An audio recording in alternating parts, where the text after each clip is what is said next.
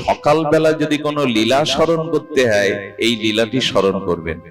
রাধারানী বহু আগে এই লীলাটি ব্যক্ত করেছিলাম, লীলাটি আমার খুব প্রিয়, নিশ্চয়ই আপনারা মন দিয়ে শুনবেন। রাধারানী প্রতিদিন নন্দালয়ে আসতেন। অনেকের ঘুম আসছে, অনুরোধ করছি অলসতা এনেন না, ব্রজের কথাতে ঘুমাতে নাই, ব্রজের কথা উৎকর্ণ হয়ে শুনতে হয়। রাধারানী নিত্য সখীদের নিয়ে ব্রজের পথ অতিক্রম করে নন্দালয়ে আসতেন, গোকুলে আসতেন। আসতেন কেন জানেন? রাধারানীর পাচিত রান্না করা প্রসাদটাই গোবিন্দ প্রতিদিন সকালে পেতেন। সখীদের নিয়ে আসতেন, রাধারানী রন্ধন করতেন, গোবিন্দকে সেবা করে মা যশোদার আশীর্বাদ নিয়ে প্রতিদিন রাধারানী চলে যেতেন। তার কারণ কি জানেন? দুর্বাসা রাধারানীর হাতের প্রসাদ পেয়ে এত আনন্দ পেয়েছিলেন, অমৃত পেয়েছিলেন, রাধারানীকে আশীর্বাদ দিয়েছিলেন, তোর হাতের রান্না যারা পাবে তারা অমৃত তত্ত্ব পাবে, তারা অমর হয়ে যাবে, তারা দীর্ঘজীবী হবে, তারা সাত্ত্বিক বলবান হবে। এই কথাটা যশোদার কানে গেলে বললে, গোপাল আমার হাতে খেতে চায় না, এত স্বাদী নবনীত মাখন খেতে চায় না, কিন্তু রাধারানীর হাতে যদি আমার গোপালের সেবা দেওয়া যেত, আমার গোপালের বল বৃদ্ধি, কত অসুর আসে, কত বিপদ আমার গোপালের। কীর্তিদা সুন্দরীকে গিয়ে বলল, কীর্তিদা বড় সৌভাগ্যে পেয়েছিস তুই এই লালটিকে, সকালবেলা সখীদের সাথে আমার গৃহে একটু পাঠাস। কীর্তিদাকে বলতেন জটিলা কুটিলা। আচ্ছা, রাধারানী তখন আয়ানের ঘরে, অভিমন্যুর ঘরে। এরপরে যখন রাধারানীর বিবাহ, তো বিবাহ নয়, ভান মাত্র, সেই অভিমন্যুর ঘরে যখন এলো, তখন জটিলা কুটিলাকে বলে গিয়ে রাধারানীকে প্রতিদিন পালকি দিয়ে আনাতেন। আর কি করতেন জানেন? রাধারানী যখন রাঁধতেন না, এলো চুলটা ছেড়ে দিত, গোবিন্দ মাঝে মাঝে জানলার ফাঁক দিয়ে রাধারানীর কেশটা দেখে আনন্দ পেত। প্রেমময়ী তো। খবরদার, এই লীলাতে আবার অন্য চিন্তা আনবেন না, মানসিক চিন্তা এনলে কিন্তু সর্বনাশ। গোবিন্দ দেখতেন বারবার। এরপরে কি হয়েছে জানেন? রান্না করে একদিন গোবিন্দ বলছেন, গোবিন্দ বলছেন তার রোহিণীমাকে, রোহিণীমা ঠাকুর ঘরে নাড়ু আছে তা তো দিলে না। এই রোহিণীমাকে ইচ্ছা করে ঠাকুর ঘরে পাঠাচ্ছেন গোপাল। কেন পাঠাচ্ছেন জানেন? রাধারানী দূরে দাঁড়িয়ে দাঁড়িয়ে সেবা দর্শন করছেন, যদি রাধারানীর হাতে কিছু পাওয়া যেত। ওদিকে যেই নাড়ু আনতে গেছেন, আরে তখন গোবিন্দ বলছেন, আরে আর কিছু দাও, আরে আরো তো কিছু দাও, কে দেবে, পরিবেশন কে করবে? রাধারানী এগিয়ে দিতে এসে যশোদা দূর থেকে দেখছেন সবাই পাতে নিচ্ছেন, কিন্তু রাধারানী যখন দিতে যাবে গোবিন্দ হাত পেতেছেন। গোবিন্দ হাত পেতেছেন এবং রাধারানী যেদিন দিয়েছে সেদিন চেটে পুটে সব খেয়ে নিয়েছে। যশোদা বলল, রহস্যটা এই, আমার হাতে ভালো লাগে না, রাধারানী দিয়েছে তো চেটে পুটে খেয়েছে। সেদিন থেকে রাধারানী পরিবেশনও করতেন। কিন্তু কি ঘটলো জানেন? এই লীলাটি প্রতিদিন সংগঠিত হতো, কিন্তু যোগমায়ার উদ্ভাবনী ব্রজলীলা, জটিলা কুটিলা। একটা জিনিস বলি, ভজনের পথে যদি বাধা না থাকে তাহলে আনন্দটা সীমিত হবে। বাধা দরকার, ভজনের পথে বাধাটা দরকার। জটিলা কুটিলাকে বলছেন মা মেয়ে, ছেলেকে বিয়ে দিলাম, মানে আয়ান ঘোষের কথা বলছে, ছেলেকে বিয়ে দিলাম অভিমন্যু। বৃন্দাবনে আয়ানকে ডাকতো অভিমন্যু। অভিমন্যু আমার ছেলেকে বিয়ে দিলাম, আমার বধূ ঘরে এলো সুলক্ষণা, আমার বধূ কিনা যাবে পর পুরুষের জন্য রান্না করতে। জটিলা কুটিলার বাধা। শোন কুটিলা, আমি তোকে, মেয়েকে ডেকে মা মেয়ে আলাপ করছে, জল্পনা করছে। শোন কুটিলা, আজই চলে যা নন্দ ভবনে, গিয়ে নন্দ গৃহিণীকে বলবি, কৃষ্ণ জননীকে বলবি, যশোদাকে বলবি, আমার ছেলে বিয়ে দিয়েছে, আমার বধূ ঘরে এসেছে, যত কলঙ্ক কানাঘুষ হয় আমার বধূ রাঁধতে যায়। কৃষ্ণকে আমি বিশ্বাস করি নাই, রাঁধতে যায় তাতে কলঙ্ক। আমার ছেলের বধূ সুলক্ষণা রাধারানী, তার কলঙ্ক আমি আর নিতে দেব না, যা। কুটিলা তখন বলছেন, নন্দরানী, মহারানী, নন্দ রাজা, তাদেরকে গিয়ে বললে শুনবে তো? বলে শুনুক আর না শুনুক, চারিদিকে কলঙ্ক ডোরে যাচ্ছে, আমার বধূ কেন রাঁধতে যাবে নন্দালয়ে? আজ থেকে রান্না বন্ধ, আজ থেকে যাবে না, যা। ওই যে ইনিয়ে বিনিয়ে জটিলা কুটিলাকে শেখাচ্ছে, গিয়ে নন্দরানীকে বল আমাদের বৌমার যাবে না। যত কলঙ্ক কেন আমায় নিতে হয়, যত কলঙ্ক কেন আমার ছেলের বধূর উপরে আসবে, গিয়ে বলো। আর শোন, যদি বলে আমাদের রাজ্যে তোমরা প্রজা হয়ে আছো আর রাধারানীকে রাঁধতে আসতেই হবে, বলবো আজ থেকে আমরা এই রাজ্য ছেড়ে চলে যাব, আর তোমাদের রাজ্যে থাকবো না, কিন্তু কলঙ্ক আর নিতে পারবো না। ইনিয়ে বিনিয়ে শিখিয়ে দিল। কুটিলা চলে এসেছে, নন্দরানীকে বলার সাথে সাথে নন্দরানীর মাথায় বজ্রপাত। কারণ আমার গোপালের পেছনে অগাসুর বগাসুর কত অসুর আসে। এখন রাধারানীর পাচিত অন্ন পেয়েই তো আমার কানাইয়ের বুকে এত বল, এত শান্তি পায়। সে সেবা যদি বন্ধ হয়, আমার কানাইকে আর আমি সেবা করাতে পারবো না। জটিলা পাঠিয়েছেন কুটিলাকে, কুটিলাকে অনেক বলল। নন্দ বলল না, মা বলে দিয়েছেন। আর শোনেন, মা বলে দিয়েছেন একান্তই যদি রাধারানীর হাতে গোপালের সেবা নিতে হয়, তাহলে ধনিষ্ঠা সখীকে পাঠাবেন, আমাদের গৃহ থেকে রান্না রাধারানী রান্না করে দেবে, তাই সখী এনে দিলে তাই পাবো। যশোদামা কিছুটা স্বস্তি পেলেন। কিশোর স্বস্তি পাওয়ার পরে যখন এই কথা জটিলা কুটিলাকে রাধারানীকে আঙুল তুলে বলছে, আজ থেকে আর নন্দালয়ে যাওয়া হবে না, আজ থেকে রান্না বন্ধ, যত কলঙ্ক কানা ঘুষো, আমি এই বৃন্দাবনে এতদিন আছি, আমার কোনো কলঙ্ক নেই, যত কলঙ্ক আমার বধূর আমার ছেলের, আজ থেকে বন্ধ, ঘরে দোয়া। যেই শুনেছে রাধারানী আর গোবিন্দ সেবা রান্না করতে পারবে না, ওখানেই অসুস্থ হয়ে পড়ে গেছেন। ললিতা বিশাখা দেখছে তাপ উঠে গেছে ঠাকুরানীর, এবং রাধারানী বিলাপ বলছে সেবা করতে যেতে পারবো না, সেবা করা আজ থেকে বন্ধ। রাধারানীর যখন এই ভাব, রাধারানী প্রায় অসুস্থ, দেহে তাপ উঠে গেছে, সঙ্গে সঙ্গে ধনিষ্ঠা এসে হাজির। ধনিষ্ঠা এসে বলছেন জটিলা কুটিলাকে, আমাদের কৃষ্ণ জননী পাঠিয়েছেন, যশোদা মহারানী পাঠিয়েছেন রানী, যে কিছু পরিপাক করে দাও, নাহলে তো গোপাল সেবা পাবে না। হাই হাই করছে নন্দরানী, বলে এটা সম্ভব? যেই শুনেছে তাপে রাধারানী মসজিদে পড়ে গেছে, যেই শুনেছে ধনিষ্ঠা এসেছে গোবিন্দের সেবা রান্নার জন্য, রাধারানী জ্বরও চলে গেছে, আবেশে উঠে তখন কৃষ্ণ সেবার জন্য উনি রান্না করতে শুরু করলেন, গুছিয়ে দিয়ে দিলেন। তাতে কি আর মন মানে? তাতে কি আর মন মানে? জড় জড় শরীরে বিষময় হয়ে গেল তাপে, আর যেতে পারবো না।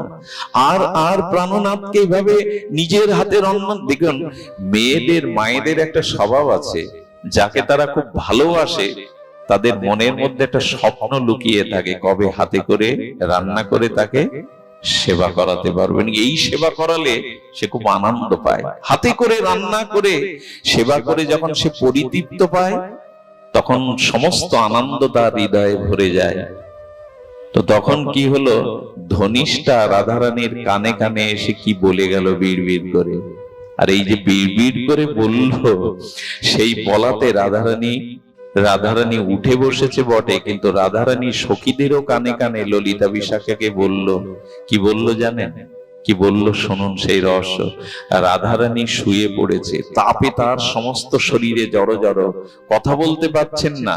সঙ্গে সঙ্গে ললিতা বিশাখাকে গিয়ে বলছেন, জটিলা কুটিলাকে সর্বনাশ হয়ে গেছে, রাধারানীকে সর্প কেটেছে। আসলে কৃষ্ণ বিরহের সর্প কেটেছে, কিন্তু কৃষ্ণ কথাটা গোপনে রেখে বলছেন রাধারানীকে বিষাক্ত সর্প দংশন করেছে। এই জটিলা কুটিলা এসে উপস্থিত, দেখছে সত্যি সত্যি চোখে জাল পড়ে গেছে, ওটা তো কৃষ্ণ বিরহের সর্প। সেই বিরহের জাল পড়ে গেছে, সমস্ত অঙ্গে তাপ আর তাপ। সঙ্গে সঙ্গে রাধারানীর যেন আর জ্ঞান নেই, বৌমা বৌমা করে পাগল। তখন সন্ধ্যা নেমে গেছে। তাড়াতাড়ি জটিলা বলছে, অভিমন্যু তাড়াতাড়ি ওঝা ডেকে আনো, তাকে বাঁচাতে হবে। রাধারানী ওর মধ্যেই বিড়বিড় করে বলে উঠলেন, কোন পুরুষ ওঝা যদি আমার গায়ে হাত দেয়, আমি ওইখানেই মারা যাব, বিষে না। ওঝা, কোন পুরুষ ওঝা এসে যেন আমার অঙ্গে হাত না দেয়। বললেন, আরে এখন কি আপদকালীন সময়ে এই বিচার করতে হয়? পুরুষও যা নারীও যা, নারীও যা, পাবো কোথায়? আরে যে করে হোক বাঁচা। অন্যকে বলছে দৌড়ে যা। আচ্ছা তোরও না যাস? বৃদ্ধ জটিলা দৌড় মেরেছে, দৌড় দিয়েছে। দৌড় দিতে দিতে কোথায় গেল জানেন? বৃন্দাবনের সব সমস্যার সমাধান করেন পূর্ণমাসী দেবী, যোগমায়া পূর্ণমাসী। পূর্ণমাসীর চরণে গিয়ে বললেন, পূর্ণমাসী, আমার বধূ সুলক্ষণা লক্ষ্মী সাক্ষাৎ সর্প দংশন করেছে, চোখে জাল পড়ে গেছে, তাকে বাঁচাও। হ্যাঁ, তাকে বাঁচাও। আসলে এই যুক্তিটা গোবিন্দ ধনিষ্ঠা সখীর দ্বারা রাধারানীর কানে দিয়েছেন, আর ললিতা বিশাখা সেই যুক্তিতে সর্বাঘাতে বলেছেন। আর এইদিকে দেখুন কি ঘটনা। সঙ্গে সঙ্গে পূর্ণমাসী বললেন, দেখো এখন এই সন্ধ্যাকালে ওঝা কোথায় পাবে? আমি তো মন্ত্রবিদ্যা জানি না, তবে তোমার ভাগ্য জটিলা। আজকে না নান্দিমুখীর এক বোন কাশী থেকে এসেছে। নান্দিমুখীর এক বোন কাশী থেকে এসেছে, তিনি সাক্ষাৎ শিবের কাছ থেকে বর পেয়েছেন চিকিৎসার। আরে উনি গিয়ে দাঁড়ালেই বিষ নেমে যাবে। বলে তাড়াতাড়ি বলুন, তার চরণে পড়বো, আমি তার চরণ ধরে নিয়ে যাব। বলুন সে কে? বলেন তার নাম বিদ্যাবলী। যাও নান্দিমুখীর ঘরে। আসলে আগে থেকেই গোবিন্দ নান্দিমুখীর ঘরে তার বোন বিদ্যাবলী সেজে, ওঝা সেজে বসে আছে। কি অপূর্ব ব্রজলীলার মহিমা! আগের থেকেই বিদ্যাবলী রূপে। আর জটিলা গিয়ে পড়বে না নান্দিমুখীর চরণে পড়ে বললেন, আপনারা ব্রজের প্রাচীন, আপনারা ব্রজের সবকিছুই, কৃপা করো না। আপনি আমাদের বধূকে সর্পে কেটেছে, বধূর জাল উঠে গেছে, এতক্ষণে বধূ আছে কিনা বিষে জড়ো জড়ো, কৃপা করে চরণে পড়েছেন। বললেন, ও তোমার ভাগ্য বটে, আজকে বিকালে আমার ভোগ নিয়ে এসেছে, ছোট বোন এসেছে কাশী থেকে, নাম বিদ্যাবলী। সর্ববিদ্যায় তো তিনি মহাদেবের বর আশীর্বাদ প্রাপ্ত। তবে আমার বোন অপরূপ রূপমাধুর্য নিয়ে বাইরে কোথাও চিকিৎসার জন্য বেরোন না, রোগীকেই এখানে আনতে হবে। বলেন, আমি তার চরণে পড়বো, আমি তার হাতে ধরবো, না পারলে পায়ে ধরবো। আমাদের বধূর আর আসার উপায় নাই, তাকেই যেতে হবে। আমি বলে, দেখো পায়ে পড়ে দেখো যদি যায়। ও তো কোথাও যায় না, ব্রাহ্মণ কন্যা, কারো স্পর্শ নেয় না। কৃষ্ণ বিদ্যাবলী সেজে বসে আছে খাটের উপরে। পড়বে না জটিলা গিয়ে চরণে কৃপা করুন, কৃপা করুন, আপনি মহান, আপনি এসেছেন কাশী থেকে, কৃপা করুন, আমার বধূ গেল বুঝি। সব শেষ হয়ে গেল। বলো, ওঠো ওঠো। কে তুমি? বলে, আমি জটিলা। কৃষ্ণ, আচ্ছা কৃষ্ণ যখন মালিনী সাজে তখন মালিনী ধরবার শক্তি রাধারানীরও নাই, ধরা না দিলে। উনি যখন যা কিছু সাজেন, গোবিন্দ যখন সাজেন তাই তো হয়ে যায়। তো বিদ্যাবলী তখন বলছেন, আমি যেতে পারি কিন্তু যাব না। যাবেন না কেন? বলে, আমি দূর থেকে শুনেছি এই ব্রজে নন্দ রাজার এক ছোড়া আছে, নাম কানাই। সুন্দরীর দিকে যদি তার একবার দৃষ্টি যায়, সে সুন্দরী আর সংসার করতে পারে না। তো আমি তার দৃষ্টির মধ্যে যেতে রাজি নই। একবার যদি তার দৃষ্টি পড়ে, সে আর ঘর সংসার করতে পারে না, তার পেছনে লেগে যায়। আমি যাব না। বলে, আমি পালকি নিয়ে ঢেকে নিয়ে যাব। বলে, তাকে আর সে মানাবে? কোন ফাঁকে এসে সে দেখবে আর আমার সংসার করবে? বলে, আমি আপনাকে পালকি করে নিয়ে যাব। চরণে পড়ে বলে, একবার যাই, তোমার বধূ যখন বিপদে পড়েছে, নান্দিমুখীকে নিয়ে পালকিতে চলেছেন কৃষ্ণ। কি অপূর্ব এই লীলাগুলি! জানি না যারা এই লীলা ভাবনা করে তাদেরই তো আনন্দ জাগে। এই লীলাই মধ্যেই আনন্দ। পালকিতে চড়ে বিদ্যাবলী রূপ গোবিন্দ আজ চলেছে জাপটে, চলেছেন জটিলা কুটিলার মন্দিরে। জটিলা কুটিলার মন্দিরে এসে যেই বিদ্যাবলী লেগেছে, রাধারানী গোবিন্দের অঙ্গগন্ধ পেয়ে সতেজ হয়ে উঠেছে। তবু কিছু বলবার নেই, তিনি অমনি করে পড়ে আছেন। সঙ্গে সঙ্গে গোবিন্দ যে রাধারানীর ঘরে গেছে, রাধারানীর সমস্ত দেহ যেন শীতল হয়ে গেল। গোবিন্দের অঙ্গগন্ধে রাধারানী পরমানন্দে যেন প্রাণ ফিরে পেলেন। গোবিন্দ তখন বলছেন, প্রথমে রাধারানীর চোখ দেখে বলছেন, সর্বনাশ, কিন্তু বিষ মাথা পর্যন্ত উঠেছে। জটিলা তখনও অনুরোধ করছে, আপনি সবই পারেন, আপনি কৃপা করুন। তখন বলছে, দেখো আমি একটু চালক দিয়ে দেখি। আমি তো তুলো রাশি, চালক দিয়ে দেখি বিষ কত বন্ধ উঠলো। রাধারানীর শ্রী অঙ্গে খবরদার, এখানে যেন কেউ রক্ত মাংসের ভাবনা এনে ফেলবেন না, অভিশাপে কিন্তু মরে যাবেন। রাধা কৃষ্ণ একই প্রেম তত্ত্ব। রাধারানীর চরণ থেকে ধীরে ধীরে গোবিন্দ হাত তুলতে তুলতে যখন মস্তকে হাত দিয়েছেন, বলে বিষ তো মস্তকেই উঠেছে। আচ্ছা, এখন যে অবস্থা তোমাদের এই ঘরে কারো থাকলে সব ঘর থেকে চলে যাও, এই চিকিৎসা তোমরা কেউ থাকলে বিদ্যা এই মন্ত্র কাজ করবে না। রাধারানীর শ্রী ঘর থেকে সবাইকে বের করে দিলেন। বের করে দেওয়ার পরে লীলাময় গোবিন্দ তখন বলছেন ঘর থেকেই বলছেন, আমি দুটো মন্ত্র প্রয়োগ করলাম কিন্তু মন্ত্র কাজ করছে না, বধূকে বুঝিয়ে আর বাঁচানো। জটিলা তখন মাথায় হাত দিয়ে কাটছে, যেভাবে হোক বাইরে থেকে বলছেন দরজার এবারে, বলি একটা উপায় আছে, এইটা হলো শেষ উপায়। শেষ উপায় কি? ভগবান শিবের বরে যে সর্প দংশন করেছে সেই সর্পকেই মন্ত্র দ্বারা এনে ওইখান থেকে বিষ তুলতে হবে। বাইরে থেকে জটিলা কুটিলা বারবার মাথা করছে আর বলে, কৃপা করুন, কৃপা করুন, হে বিদ্যা বলি, কৃপা করুন, বধূকে বাঁচান। গোবিন্দ তখন মুখে মুখে বীণ বাজাতে শুরু করেছেন। এই বীণ বাজানোর পরে কি ঘটেছে জানেন? ওই যে সাপ এসে বিষ তুলে নেবে, গোবিন্দ তখন ডবল রোল করছেন, অর্থাৎ সাপের ভূমিকায় রোল করছেন আর নিজেও রোল করছেন। অর্থাৎ সাপ আর গোবিন্দের কাছে কোথায়?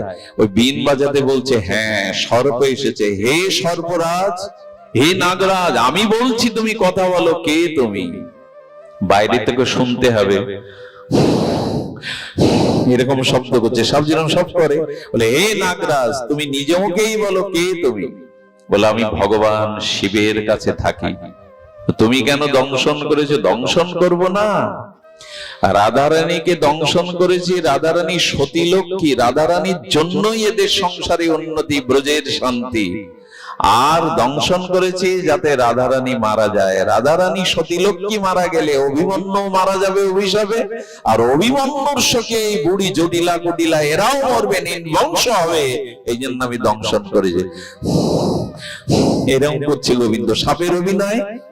আচ্ছা নাগরাজ, তুমি এত কেন এদের প্রতি ক্ষেপে গেলে, কেন কি রুষ্ট হলে? বলে রুষ্ট হব না, দুর্বাসা শিবেরই অংশের অবতার, সেই দুর্বাসার আশীর্বাদ ছিল রাধারানীর হাতে, যারা অন্যভাবে তারা দীর্ঘায়ু হবে, পরম বলবান হবে, সেই সেবা বন্ধ করেছে। শিব ঠাকুর রুষ্ট হয়ে গেছে, আর দুর্বাসা রুষ্ট হয়ে গেছে, তাই অভিসম্পাদ দিয়ে বলেছে, যা রাধারানীকে কুলবধূকে মেরে দিলে অভিমন্যু শোকে মারা যাবে, আর পুত্র শোকে জটিলা কুটিলা মারা যাবে, সব নির্বংশ হবে। জটিলা তখন বলছেন, একবার নাগরাজ কৃপা করো, আর বাধা দেব না, আর কোনোদিন রাধারানীকে বাধা দেব না, এবারের মতো ক্ষমা করো। নাগরাজ শিব ঠাকুর পাঠিয়েছেন আর দুর্বাসা তোমায় পাঠিয়েছেন, কিন্তু আমি বলছি শিব ঠাকুরের দোহাই দিয়ে তুমি বিষ তুলে নাও। বলো তুলতে পারি একটা শর্তে, তুলতে পারি একটা শর্তে, যদি রাধা রানীকে পাঠান নিত্যদিনের ন্যায় নন্দ ভবনে রান্নার জন্য, তাহলে বিষ তুলতে পারি। কি কায়দা গলিলা! তখন বলছেন, আচ্ছা। জটিলা বাইরে থেকে চিৎকার করছে, আর বাধা দেব না, আর বাধা দেব না, নাগরাজ কৃপা করুন, আর বাধা দেব না, বধূকে কোনোদিনই আর বাধা, এখন থেকে আমি নিজেই পাঠাবো, সুস্থ করে দাও। এই ফোঁস ফোঁস করতে করতে বিষ তুলে যখন চলে গেলেন, রাধারানী তো উঠেই বসেছেন। রাধারানী উঠে বসার সাথে সাথে দরজা খুলে বিদ্যাবলী চোখ বন্ধ করে বললেন, বিধাতার ইচ্ছা তাই তোমার বধূ বেঁচে গেল। গায়ে হাত দিয়ে আদর করতে করতে বলছে, এই তো গা তো শীতল, সুস্থ হয়ে গেছে। তখনই নন্দীমুখী আর বলছেন, তাহলে এবার আমাদের কাজ শেষ। জটিলা কুটিলা হাত জোর করে বললেন, কি পারিতোষিক দেব, দক্ষিণা দেব? বলে খবরদার, আমি ব্রাহ্মণ কন্যা, আমি কারো কাছে দক্ষিণা নেই না। বলো চিরদিন আপনার চরণে আমরা ঋণী, চিরদিন আপনার চরণে। নন্দীমুখী দেখলো বিষ তো গেল, যুগল মিলন তো হলো না।